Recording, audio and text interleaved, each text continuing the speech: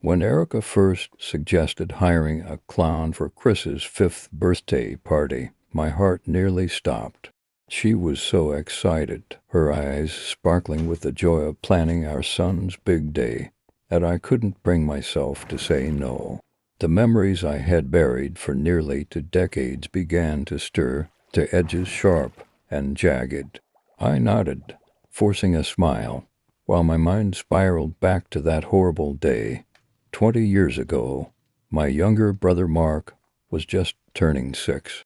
My parents had wanted his birthday to be special, just like we did for Chris now.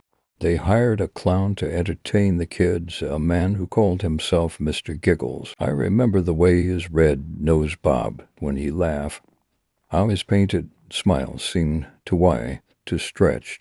At first, everything was fine. Kids were laughing, parents were chatting, but then, in the middle of a balloon animal trick, everything changed. The man masquerading as a clown wasn't who he pretended to be.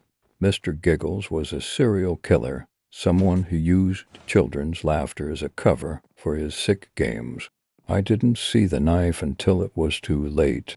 One moment Mark was laughing, and the next he was lying on the ground in a pool of blood, his little eyes wide with terror. I tried to scream, but my voice caught in my throat.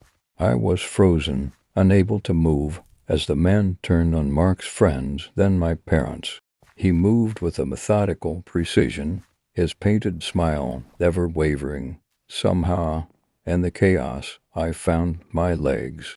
I ran, stumbling through the house, searching for a place to hide. I found the basement door and threw myself inside, slamming it shut and locking it just as the man's footsteps approached. He banged on the door, calling my name in a sing-song voice. "Jerry, Jerry, come out and play."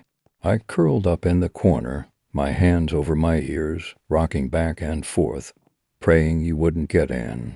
Eventually, the banging stopped. When the police arrived, they found me there, huddled and shaking. Everyone else was dead. The years that followed were a blur of therapy and nightmares. I never told anyone the full story, not even Erica. The shame and fear twisted together until they became something I couldn't untangle, something I pushed deep down where I thought it could never reach me. But now, as I stood in our living room watching the clown he had hired for Chris's party, those memories crashed back into me like a wave.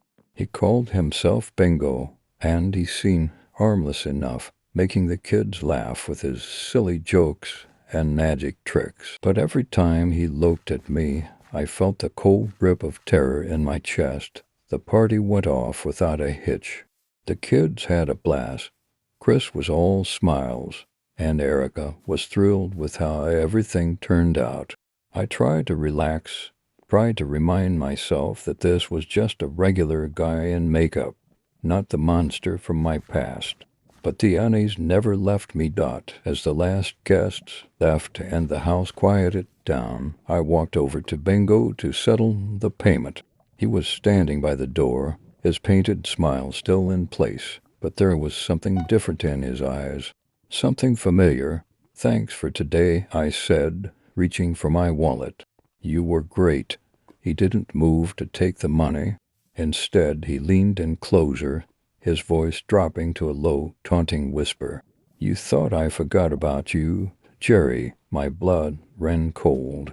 No one had called me that in years, not since that day. My heart pounded in my chest as I slowly raised my eyes to meet his. The grin on his face was no longer playful.